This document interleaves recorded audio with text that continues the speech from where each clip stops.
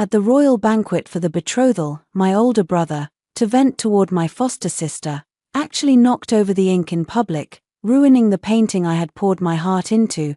The hall erupted in laughter, and everyone said I, the legitimate daughter, was crude and rude, unworthy of a prince's good fortune. I stood rigid, at a loss. My brother bent down, his voice soft as if soothing a child. A few days ago at the flower viewing, you made Yaro Yaro be unable to show her face in public, and she cried all night. You have everything you want from childhood, Yaro Yaro, who lives under others' care. Today you have also made a fool of yourself. Consider it settled. He straightened up, his smile as gentle as ever. Rest assured, I will go to apologize to the fourth prince myself. Your rightful consort seat won't escape. I clenched the palm of my sleeve until it split, instinctively glancing toward the fourth prince Ju Jinji, who could read my thoughts. He hadn't moved for a long time. Tall and immovable, and I felt as if I were sinking into an icy pit. The hall was already filled with whispers. Seeing this, my elder brother could hardly contain himself and stepped forward, pushing him lightly, lowering his voice urgently. What happened? Didn't we plan that you would come out to smooth things over today? I'll vent Yaroro's fury, and you can set Juyu straight, which would preserve Yaroro's dignity and not delay your marriage. My mind reeled with a loud crash, a blank slate, and a spinning world. I clung to the edge of the nearby table to steady myself. Ju Jinji toyed with the small golden goblet in his hand, his eyes as calm as a deep pool. When his gaze swept over me, it paused imperceptibly. This palace was originally run by him. To select the best painting as the fourth prince's consort, I had joined for him as well. Ju Jinji and I were childhood sweethearts, experts in painting. He knew better than anyone how good my brushwork was, so how could he not know this dirted painting was not my true level? Yet he still stepped gracefully toward his ward Liu Nya, and spoke aloud. The painting is stained and cannot be evaluated. Although Liu Nya's painting isn't top tier, it is complete and proper. His gaze then landed on Liu Nya's face. His tone soft. Yaro Yaro is the one who took the lead today. Yaroro's expression was as natural as could be, kneeling to thank him, eyes gleaming with pride. The banquet rippled with murmurs, relying on a deliberately dirted painting to draw conclusions is truly unfair. I don't think so. The fourth prince may be leaning toward this Liu Wen girl. My elder brother's face changed abruptly, and he strode up to Ju Jinji, his face ashen, lowering his voice.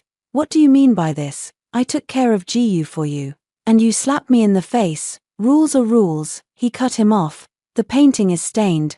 Does this lord intend for the prince to choose a smudged ink blot as his consort? A few noble ladies at the feast whispered. I think this fourth prince is clearly swayed by looks. He has indeed taken another to heart. Did you not notice? The cloud brocade on Liu Nya's dress bears patterns exclusive to the prince. To say something unpleasant, perhaps the two have long been in private agreement, and today they are going to make it official. These words reached my ears one by one, like knives carving my heart. My eyes stung, yet I smiled. Ju Jinji finally remembered me. His tone a touch perfunctory as he spoke. Today is also a matter of principle. Yao Yu is better suited as the fourth prince's consort. We've known each other since childhood. I will honor old feelings and not let your friendship go to waste. You may become a consort female. How ridiculous. What good is a consort female? I steadied my mind and forced the shaking in my voice to stay down. I appreciate the fourth prince's kindness, but I do not care for the position of consort female. Ju Jinji probably did not expect I would refuse so cleanly in public. After all, I had never refused him before. We had known each other since childhood. When I reached the age of myself, he climbed over the wall into my courtyard, clasped my hand while we faced the moon, his eyes full of affection. In this life I will marry only you. The position of primary wife belongs to you. I believed him. When my father returned from victory in Shiuzu, bringing back Liu Nya as an orphan of an old friend, I was bedridden with wind and cold. By the time I recovered, she had already entered the household for 3 months. Timid as a startled bird, my father ordered me to teach her etiquette. I thought it through. It's best if you teach her. If a daughter of the Shen family teaches her, Yaro Yaro won't be wronged. And I can comfort her mother's spirit in heaven." Seeing my reluctance, my father said in a slightly threatening tone, "Think more of your mother. She had been deceived by my grandfather years ago and cut off contact with the family. Now that my father disliked her, he drove my mother to the side wing." I felt suffocated and upset, but I had to grit my teeth and agree. Ju Mianji happened to come to the mansion looking for me, and it was then that he met her. He had always been arrogant and despised foolish people and foolish things, but that day when I taught Liu Muyao to hold a brush, she couldn't even learn the posture. Ink stained half her face. I hadn't spoken. When Ju Mianji, uncharacteristically, laughed and said he would help me by teaching her himself, I thought he merely pitied me for having a clumsy student, until the spring banquet, when Liu Muyao and I slipped and fell into the water. Ju Mianji sharply ordered the palace servants back and commanded everyone to rescue her with all their might. He was rescuing Liu Muyao when I was submerged in the cold water.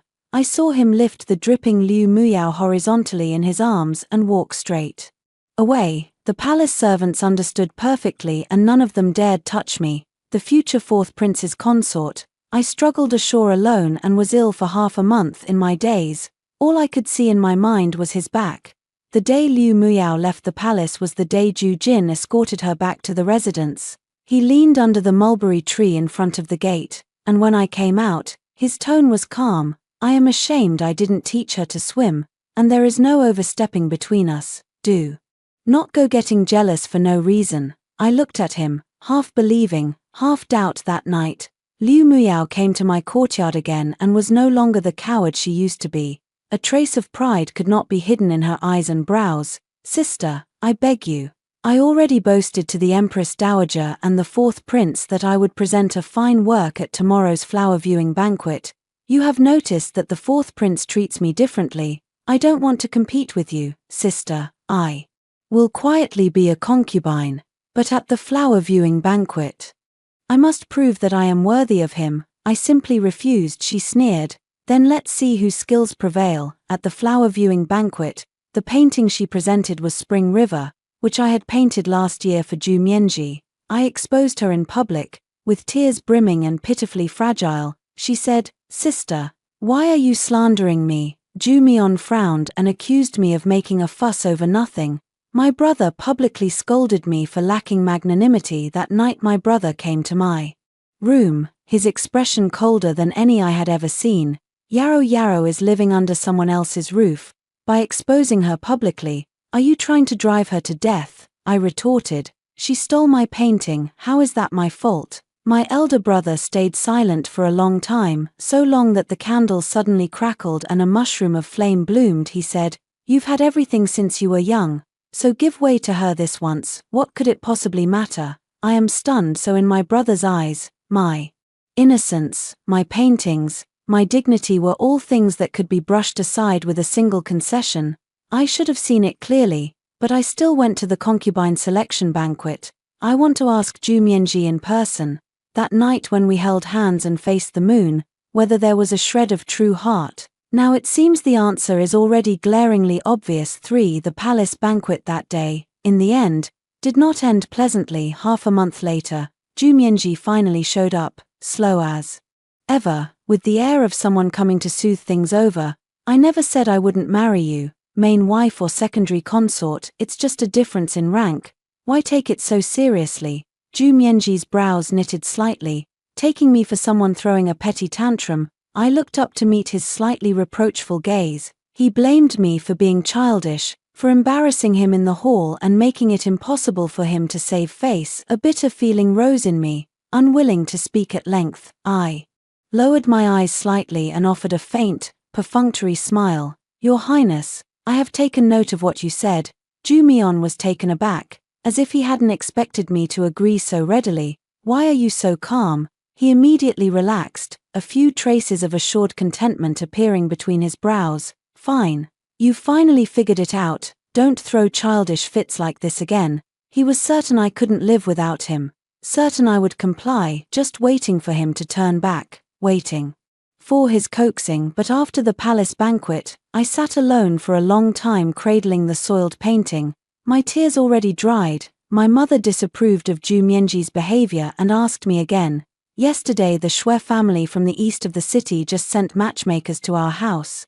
Although she didn't finish the rest of the sentence, I understood what she meant and replied calmly, Mother, you may decide as you see fit. Your daughter only asks for stability. Over the years many sons of prominent families have come to propose, but my heart has only followed behind Ju Mianji. When the wedding cards weren't delivered, the men were turned away. Only the Shui family persisted, sending matchmakers to propose every year. Yet in just 2 days, the marriage was decided so quietly. Ju Mianji saw that I did not refute, his tone becoming more casual, with a touch of self-righteous instruction. As you have accepted the concubine, you should keep to the rules well. After I marry Mu Yao, I will welcome you to be the side consort. After a pause, he added another sentence, with a trace of pity in his eyes for Liu Muyao. Muyao is physically weak. After entering the household, you should be gentler with her. Do not throw a tantrum like before, embarrassing me again. I suddenly found it somewhat funny. At this point, he still believes I am determined to marry only him. In the future, I and he will just be strangers to each other. There will be no propriety left to uphold. No. Sooner had the words left my mouth than Xiao Dao came by the corridor carrying a stack of brand new silks and embroidery threads, her steps light and her face all bright with joy. Ju Mian swept his gaze across and landed on the piece he had once casually praised as the Xia Ying brocade, and immediately laughed softly. It seems you've long been preparing to marry me. Watching him look so confident, I suddenly grew curious. What was it I used to like about him? Xiao Dao had just come in and, hearing this, instinctively objected. My young lady wants these things because she's going to marry. Xiao Dao, don't waste words on him. I cut Xiao Dao off and inclined my head slightly to the fourth prince. I won't marry you. Since Liu Muyao has taken first place, she is worthy of being a prince's primary consort. As for your highness's dignity, from now on consort Liu Jing and consort Ju will take care of it. I will no longer overstep my bounds. After saying that, I focused on selecting the colors of the embroidery thread and paid no more attention to Ju Mian's sullen expression. I calmly began embroidering my wedding dress, resolved to let go of Ju Mianji and no longer concern myself with affairs outside. But Ju Mianji seemed to take me too seriously, convinced I was sulking with him. To placate me, he even instructed the Ministry of Rites to come measure me for a secondary consort's court robe and to select jewels and hair ornaments, specifically adding, use the highest standard for a secondary consort. I looked at the row of Ministry of Rites officials before me and slightly furrowed my brow. You've come to the wrong courtyard. I am not here to marry Ju Mian. The officials of the Ministry of Rites looked at one another. The leading official stepped forward and, respectfully but firmly, said, we haven't made a mistake. Your Highness specifically ordered that we come to Miss Shen's courtyard first.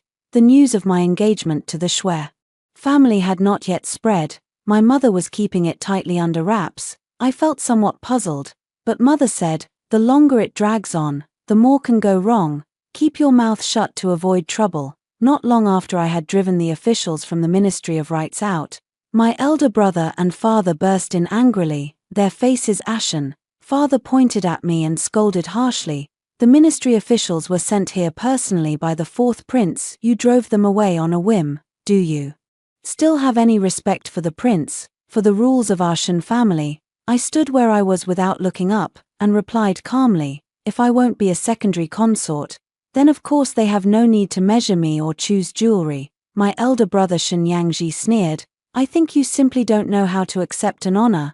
No wonder the prince insists on making Mu Yao the principal wife. With your spoiled, headstrong ways and lack of manners, what makes you worthy of the position of principal wife? My chest tightened for a moment and my breath caught. My elder brother and I share the same mother, yet now he repeatedly stands with others and chills my heart. Father again assumed the peacemaker's posture, but his tone carried an unmistakable coercion. Go apologize to the fourth prince at once. You two have been playmates since childhood and share deep affection.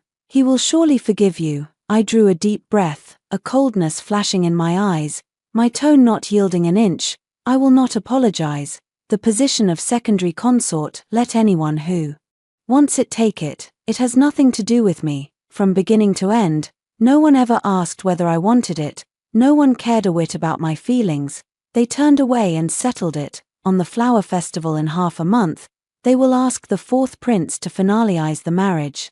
My whole body went rigid. Half a month from now is precisely the day of my wedding to the Shui family. 3 days later, my mother accompanied me up the mountain to draw a fortune stick, praying for safety and smoothness ahead and that I would successfully marry into the Shui family. After shaking the sticks, my mother took the slip to the master for an interpretation, leaving me waiting outside the hall. Not wanting to linger, I idly wandered into a nearby hall and unexpectedly found myself in the child requesting hall. Zhu Mianji was there, and beside him stood Liu Muyao. Liu Muyao spotted me at a glance and immediately spoke in a soft, delicate voice, not too loud, just enough to draw the attention of the surrounding worshippers. Mianji, look, sister has also come to pray for a child. Zhu Mianji spun around sharply, his eyes dark as ink, and strode toward me. Shen Jiyue, what nerve you have, you're only a future secondary consort, how dare you come here to ask for pregnancy before the principal consort? I thought you'd been behaving yourself and staying at home waiting to be married. I didn't expect you'd been scheming behind the scenes like this. If I hadn't caught you today, would you have done it all quietly? His tone was icy. Liu Muyao stepped forward and timidly tugged at Zhu Mianji's sleeve. Mianji, sister only cares about you so much and hopes to give the Lord descendants soon. Even if she was a bit impatient, it's understandable. Please don't blame sister. Please don't punish sister. Zhu Mianji was already boiling with anger. Now he was furious, convinced I was scheming for his favor. He ordered the attendants and guards to seize me, one on each side. I was forced to kneel on the ground, glaring at Zhu Mianji. You think far too highly of yourself. I didn't come here today to beg you for a child. Zhu Mianji sneered. If not for me, then why are you standing alone in the hall of child requesting? My throat tightened. Mother had warned me 1,000 times. Now she and I had to tread carefully in the mansion. My match with the Shui family must never be spoken of, lest complications arise. I understood my mother's meaning. She feared father would interfere. After all, if we allied with the Shui family of the eastern city, mother would no longer be at father's mercy, and I would not have to marry the fourth prince to advance my father's career.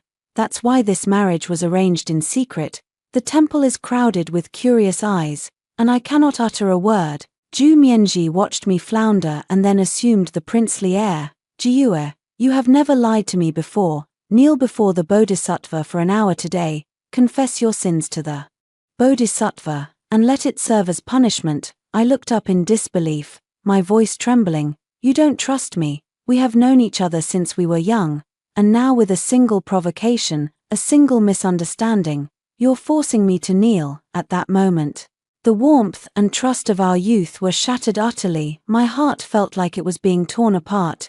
Yet there was no room even to argue. My fingertips tightened, nails digging deep into my palms. 6 in the blink of an eye, the flower festival had arrived. Mother had secretly prepared my dowry. The matchmaker waited at the door, softly urging from time to time, Miss Shen, the auspicious hour is almost here. The procession of the young master from the Shui family will likely arrive soon. It's time to get up. Xiao Dao's face blossomed into a smile.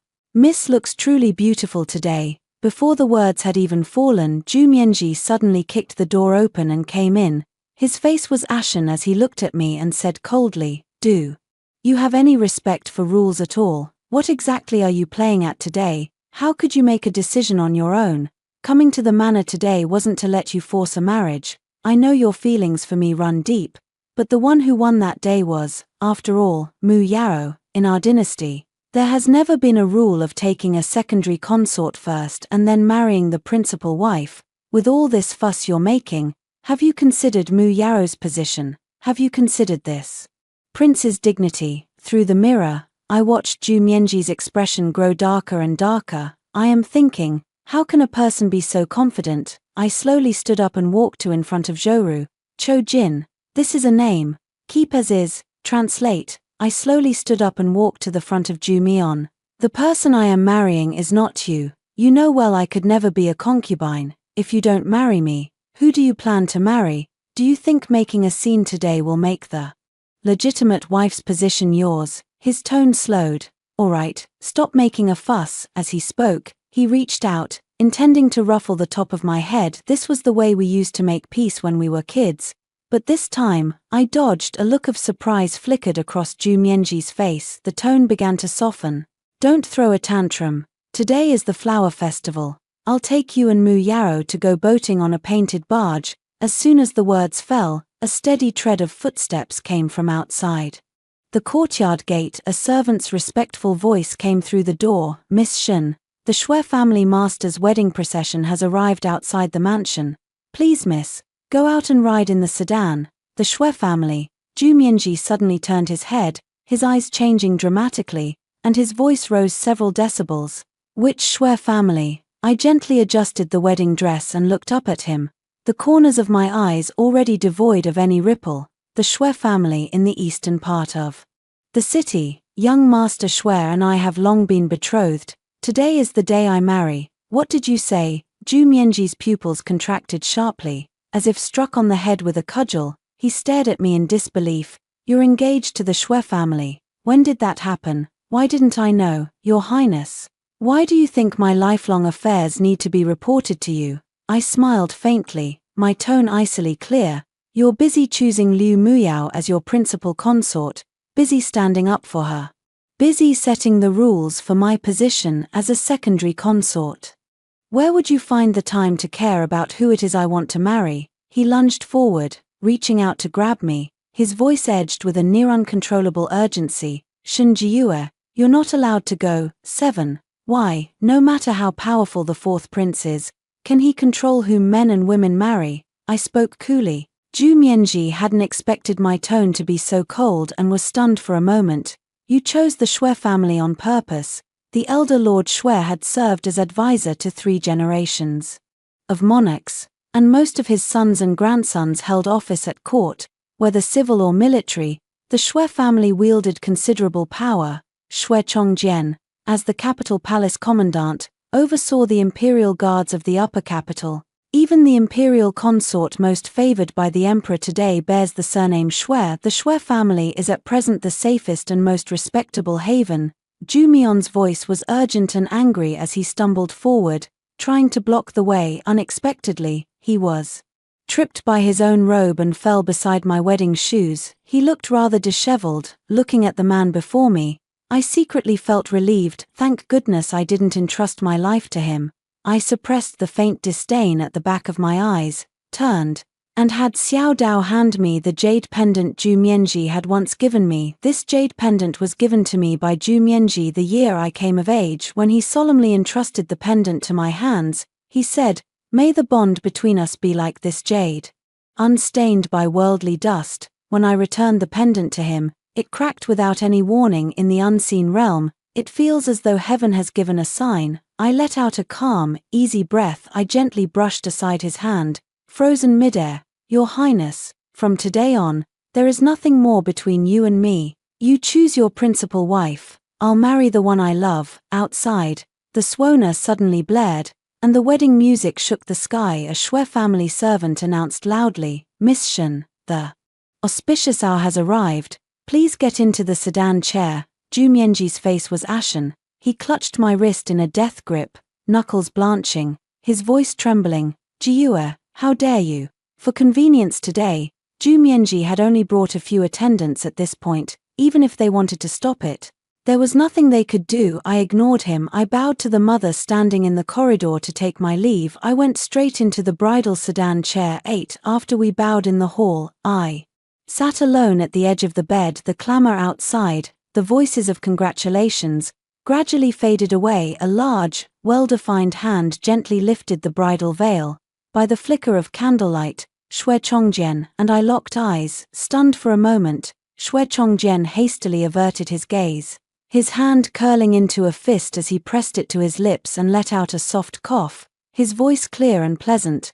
"My lady, you've had a hard day." I lifted my eyes to him, my heart fluttering slightly. I had thought generals would mostly be rough in appearance, but I hadn't expected Shui Chongjian to be so handsome, his brows and eyes sharp as if cut. his pupils bright like sparkling stars. Husband, I stammered out the words. A deeper smile formed in Shwe Chongjian's eyes. After we drank the nuptial wine, he dismissed the maidservants, leaving only the two of us in the room. I kept my head lowered, my fingertips trembling as I slowly unpinned the elaborate hair ornaments. The gaze from behind me burned with an unsettling heat. When I reached the top of my head and couldn't quite reach, I grew anxious and hastily quickened my movements. In the flurry, my fingertips brushed something warm. Shwe Chongjian had somehow come to stand behind me. His fingertip lightly covered mine, a smile in his eyes and brows. Let me do it. He finished removing the last hairpin ring for me, then made no other move, simply standing quietly behind me. I kept my gaze lowered, my heart racing so hard I dared not breathe too deeply. I knew what was expected on a wedding night, but at the thought of getting that close to him I grew so nervous my hands and feet went weak. Shwe Chongjian leaned over slightly, warm breath brushed my lips, his large hand gently stroking the hollow of my waist, making me tremble all over. My breathing grew more panicked. I shut my eyes tight, my body stiff as a log. Sensing my nervousness, Shwe Chongjian fell silent for a moment, then took half a step back, putting a little distance between us. I looked back at him in something like bewilderment. In the candlelight his features remained handsome, and his eyes were full of tenderness. Don't be afraid. His voice was very gentle. I know, everything happened too fast, but I don't want to wait any longer. For years ago, I wanted to take you as my wife. I pressed my lips together, not knowing how to respond, feeling my eyes grow slightly warm. For years ago, I had only met Shwe Chongjian once at a poetry gathering. He was a military man and not versed in poetry. Someone deliberately tried to embarrass him, and I happened to answer that poem for him, saving him. I hadn't expected him to remember it all these years. The day before I had just broken with an old acquaintance, and today I was already a married woman. My thoughts were a tangle, utterly unprepared. Shwe Chongjian looked at me clutching my skirt nervously, sighed softly, but not a bit reluctant. I'm not in a hurry. He looked at me, every word clear and solemn. We had been married a little over 3 months, and Shwe Chongjian treated me extremely well. The household provisions, fields, and shops were all entrusted to my management, but Ju Mian kept coming to the residence every few days under the pretext of discussing affairs, and whenever he came he stayed the whole day. As a minister, Shwe Chongjian could not rudely turn people away, so he had to play along. I, however, refused to comply with his wishes. Whenever I heard that Ju Mian had arrived, I would personally carry in hot tea and pastries, unhurried and composed, stand by Shwe Chongjian's side, lower my head to straighten his slightly rumpled collar, my voice soft and just right, yet pointedly ensuring Ju Mian heard every word without omission. Husband, the court duties are taxing, rest a while first. Shwe Chongjian never embarrassed me. He turned and took my hand, his brows and eyes gentle. Lady Lao, thank you for your trouble. I leaned against his shoulder. Whenever this happened, Ju Mianji's face usually looked very unpleasant. Before Ju Mianji left, he said with a deathly pale face, Shun Jiue, you did it on purpose, deliberately tormenting me, making my heart tear apart. I smiled coldly and calmly. I did it on purpose, although I am married now. Back then when you and Liu Muyao paraded yourselves in front of me, did you ever care about me even a bit?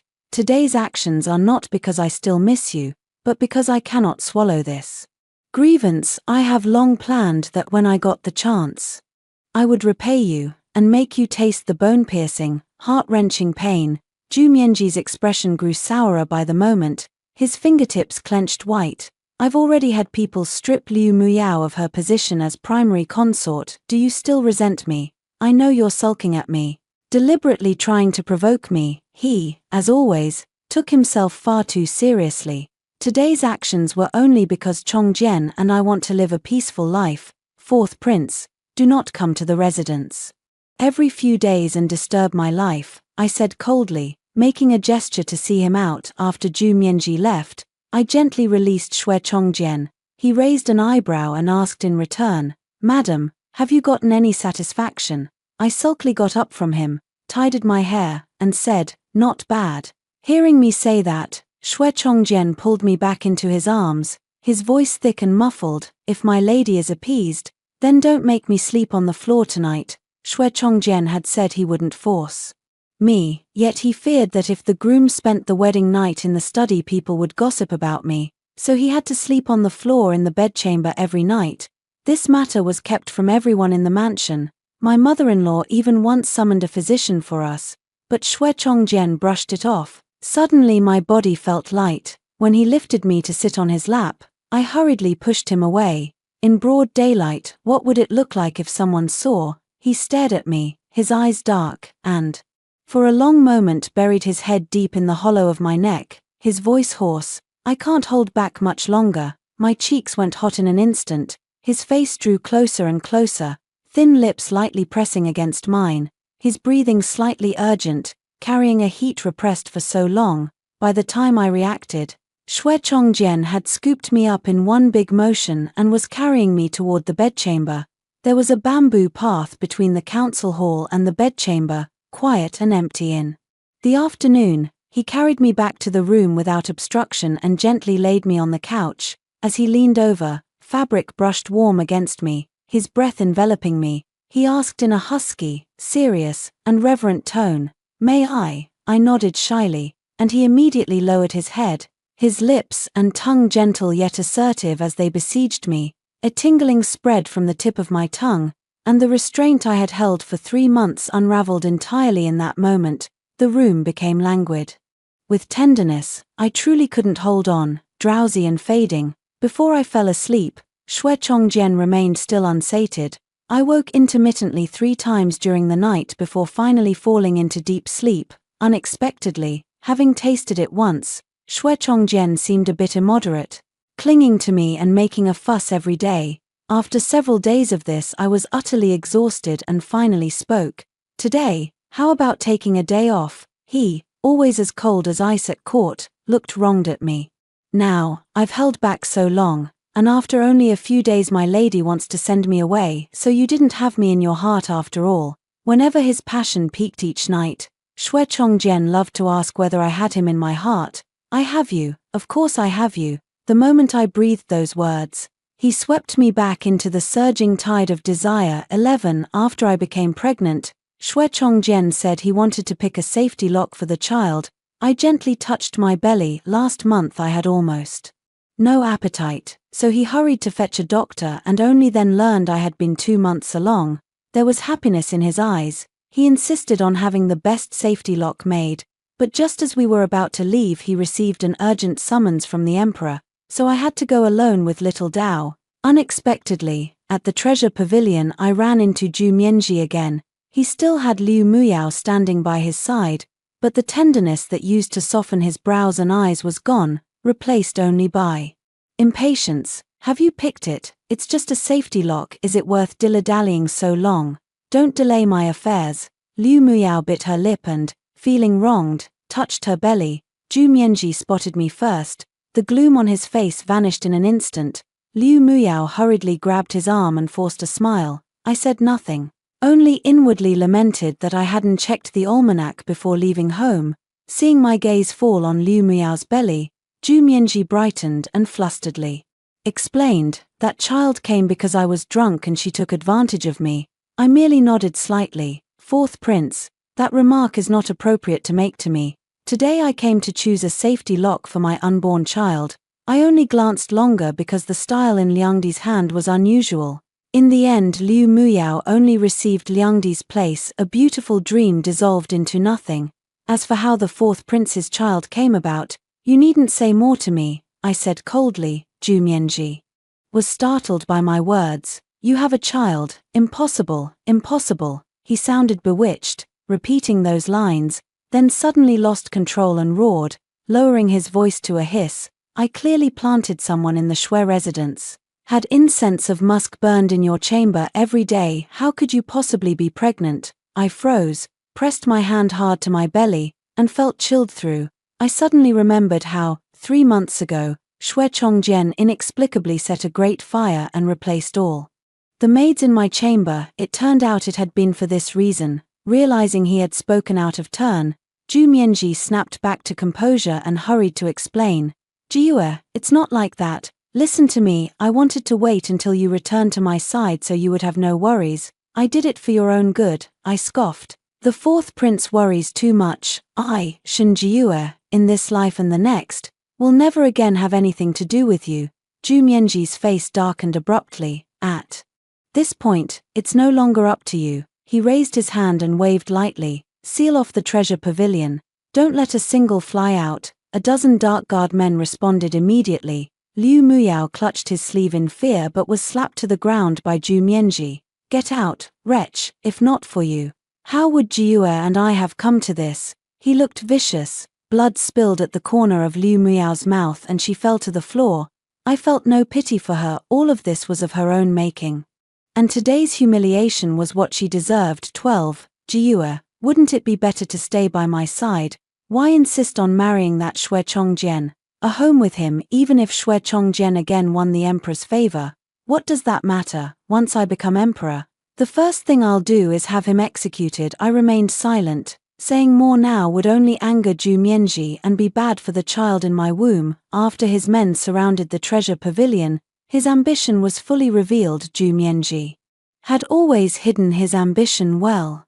So I was a little puzzled why it happened today of all days. The treasure pavilion was a merchant's establishment, and it stood in the middle of the bustling market. Soon, the death knell tolled 9 times, the emperor had passed away, and then everything became clear to me. Everything in the palace has been properly arranged.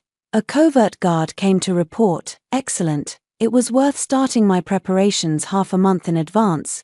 Zhu Mian was full of ambition. With a grand gesture he ordered one of the hidden guards, summon all our people in the capital. Today help me take the throne. Carriages had already been prepared outside the treasure pavilion. Zhu Mian said in a deep voice. Jiue, will you get in the carriage yourself, or shall I have someone seize you and put you in? I tactfully climbed into the carriage on my own. In the time it takes half a stick of incense to burn, the carriage had reached the palace gates. The palace gates had already been smashed open by Zhu Mianji's men. From the look of it, a bloody battle had taken place. I followed behind Zhu Mianji. Liu Muyao had just been slapped and now followed timidly behind, just like when she first entered the capital years ago. When we reached the main hall and saw the dragon throne that symbolized power, Zhu Mianji excitedly grabbed my hand. Look, Jiue, this position will belong to me soon. You belong to me too, from now on. Can we be like we were before? Okay, I spat and sneered. In your dreams, I don't believe him one bit. In the past he abandoned me for a new fling, and in the future he'll cast me aside again for something else. Seeing that I wasn't giving him the slightest bit of face, Zhu Mianji turned and walked step by step toward the dragon throne. Just as he was about to sit down, a sharp arrow pierced the sky and shot straight at Zhu Mianji. He fell to his knees, blood gushing from the corners of his mouth. Xue Chongjian drew his bow and entered the hall. A large force of elite troops followed behind him. Xue Chongjian shielded me behind him, drew his bow again, and aimed at Zhu Mianji. Zhu Mianji slowly got to his feet, forcing himself to crawl toward the dragon throne. What's going on? In my previous life I ended up becoming emperor. Why does it not work this time? I should have ascended the throne smoothly. My harem filled with radiant beauties, princes and princesses gathered at my knees, founding a prosperous era with the people living in peace and contentment. I should have been a wise and celebrated ruler, my name remembered through history. Everything's changed, all of it. How did everything change? It all started when you married Xue Chongjian. Zhu Mianji glared at me with hatred, but he was badly injured and could only crawl toward me like a vengeful ghost. Terrified, I hurried to hide behind Xue Chongjian. Jiue, will you be my secondary consort? Let everything get back on track. I couldn't understand Zhu Mianji's words about past and present lives. All I know is that in this life, Zhu Mianji wronged me, and I have resolved never to look back. 13. Xue Chongjian was thrown into the dungeon. After all, he is a prince. Whether he will be executed must wait until the emperor wakes to decide. The death knell was deliberately forged by the emperor, intended to mislead the public and secretly set a trap to catch the culprit. It turned out Xue Chongjian was hastily summoned to the palace because the emperor detected poison in his own food. Xue Chongjian had earlier reminded His Majesty to pay attention to the food in recent days. After keeping a close watch, they indeed discovered poison, and only then set a trap to catch the culprit. He never expected that in the end it would be his own son who wanted him dead. Zhu Mianji was convicted of the crime of filial impiety and rebellion in the end. His Majesty couldn't bear to lose his own son and sentenced him to exile in Lingnan. Lingnan is rife with miasma, and the journey is long and arduous. This trip is a near certain death. Before leaving, he wanted to see me one last time. When the guard who had once supported me came to invite me, I refused. I am now Mrs. Shui. The one Zhu Mianji married is Liu Muyao. What propriety is there in me going to see them off? At the palace banquet back then, he publicly humiliated me to make Liu Muyao his principal wife. I already said at the time that from this day forward there will not be the slightest tie between him, Zhu Mianji, and me. I had that person deliver my words back exactly as spoken. The fourth prince caused the entire palace and all beneath it to be punished for the same crime. The palace women were to be exiled. All those implicated in this matter were to be executed. As for Liu Muyao, since she was the prince's Liangdi, secondary wife, she should be exiled along with Zhu Mian. After the date was set, my father and elder brother came to plead with me. Muyao is still young, and besides, she's carrying a child. Though you are not her biological sister, you did guide her for a time. Use your influence with Shui the son-in-law, whisper in his ear, and beg for a way for her to survive. I laughed desolately. Wasn't she dead set on becoming the crown prince's principal wife? Now she has the chance to be the fourth prince's only woman. Why isn't she willing? Does she not like it? I spoke with cold sarcasm, looking at the calculating looks on their faces. You, my elder brother, pointed at me, trembling with rage. Brother, don't forget, Liu Muyao is, in name, of the Shen family, the family's adopted daughter. Now that something's happened to her, your Shen household can't wash its hands of it.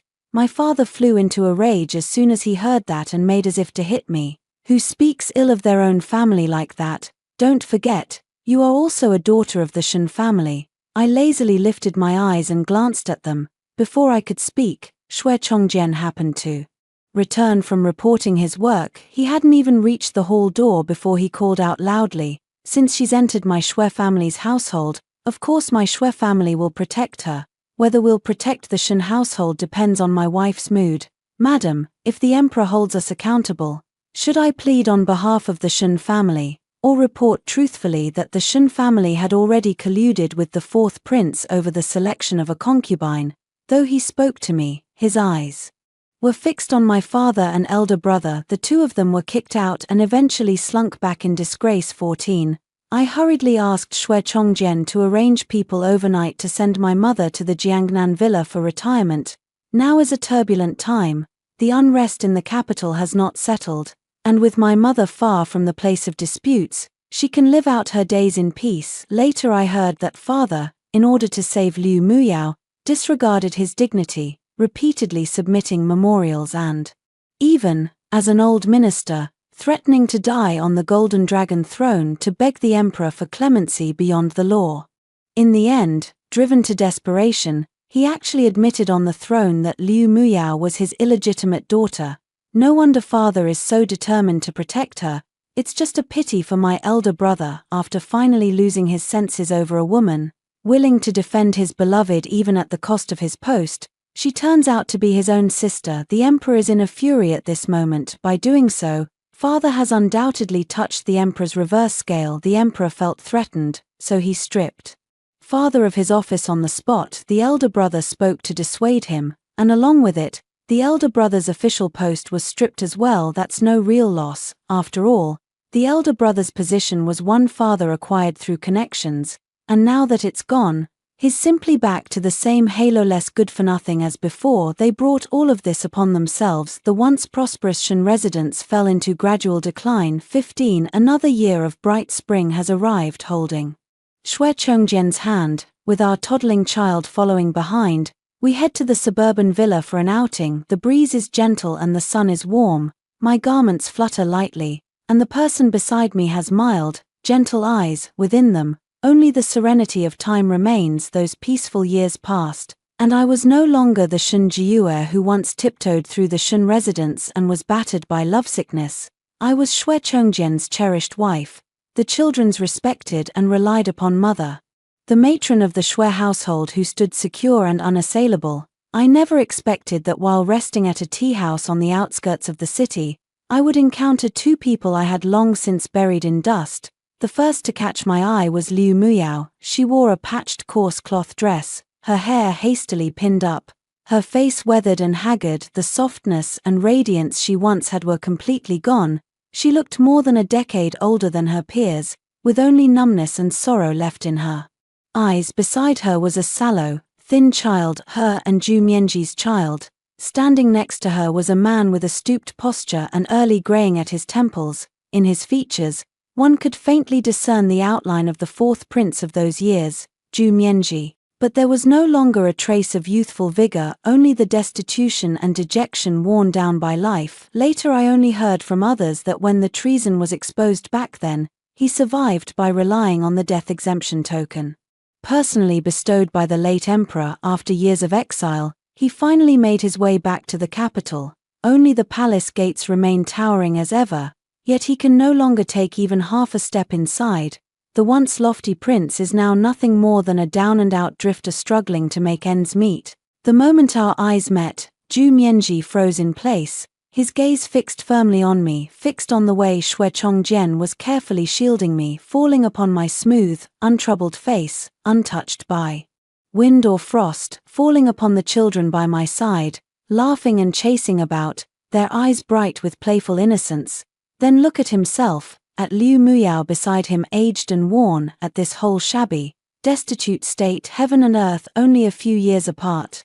I felt not the slightest ripple, only mildly withdrawing my gaze, and raised my hand to straighten the child's collar beside me. Shwe Chongjian naturally took my hand and asked gently, "Are you tired? Let's get in the carriage and rest." Zhu Mianji suddenly ran up, speaking excitedly. "Jiue, did you come to see me on purpose today?" I looked at his crazed behavior, somewhat shocked. Many years of wandering have greatly damaged his spirit. When he fell from the clouds, the elegant young nobleman who was once full of learning is no longer here, and one cannot help but feel a touch of sighing. Liu Muyao lowered her head as she protected the child, not daring to look at me in his cloudy eyes. That pride from the past was gone. I live a steady and happy life. While they have fallen into hardship and destitution, the wind is still gentle, and spring is just right. I turn around and completely leave that past behind me.